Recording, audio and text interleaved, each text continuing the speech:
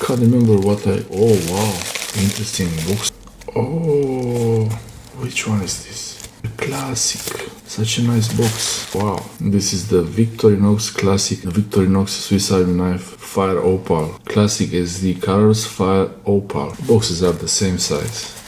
This is Alox model metal, and this one is the plastic one. I'll get a sneak peek. This is the MiniChamp Alox. This is the Victorinox Ranger Red, but it has a lot of tools, this one. Huntsman Black. I wanted it black. It's the Huntsman Black. The last one, pretty heavy. Oh, heavy.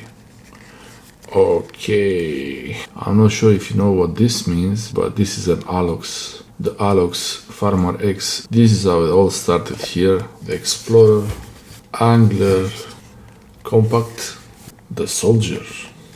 Now there is a collection. From these ones, which one is your favorite? And if none is your favorite, which one do you think I should have bought instead of these knives?